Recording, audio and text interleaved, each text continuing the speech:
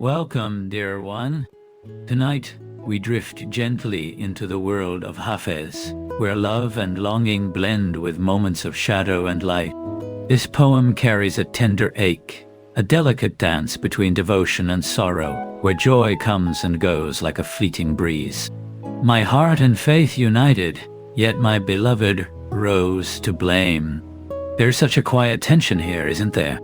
You feel the purity inside, that true union of heart and spirit, yet the beloved answers not with embrace, but with reproach, a gentle but unsettling breath that stirs your soul. She said, "Do not sit with us, for peace with you has fled." The voice of the beloved becomes distant, almost like a soft closing door.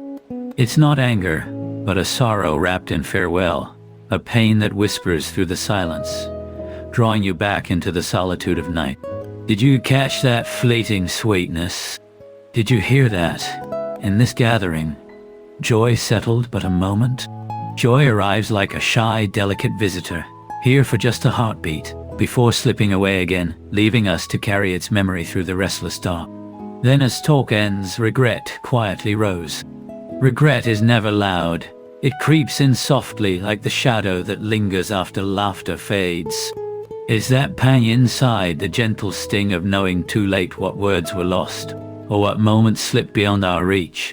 The poem shifts, a candle's smile glowing warmly. This light is playful, almost teasing, a subtle flame that invites us in, belying the deeper longing beneath its warmth. But with that light comes the weight of longing. Before your lovers, the nights rose demanding their due. The darkness itself becomes a creditor, relentless and patient, calling us to account for every sleepless vigil held in love's name. And then, tenderness returns. In the meadow, the spring breeze rose beside roses and cypress, carrying a promise of renewal, soft and alive. A gentle caress of nature's grace upon our restless hearts. The breeze does not pass unnoticed, for it rose in devotion to that cheek and form.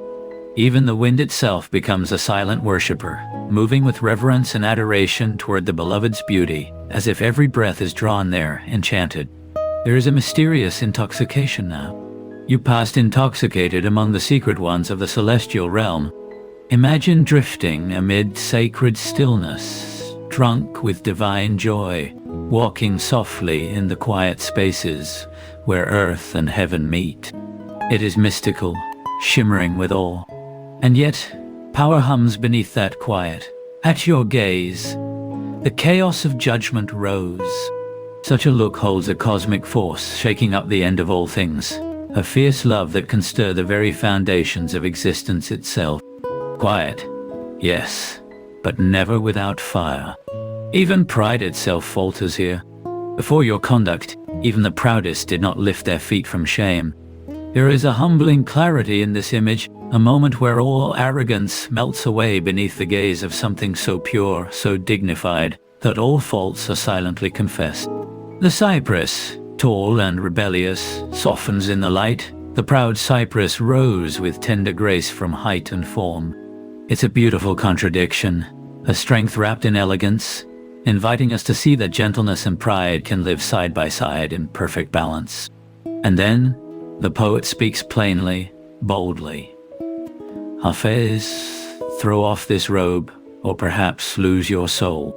This is a call to lay down falsehood, to risk everything for truth and love, knowing the cost may be steep, yet the soul cannot endure the weight of pretense. Because beneath that falsehood burns a fierce, devouring flame, for fire has risen from the robe of hypocrisy and grace. It is a fire of revelation, wild and consuming, that frees us through its fierce glow, purging the shadow to reveal what lies beneath. Let us rest now in this rich tapestry of love and longing, strength and vulnerability. Carry this gentle fire with you as you walk through the quiet moments of your own heart. Thank you for sharing this sacred space with me tonight.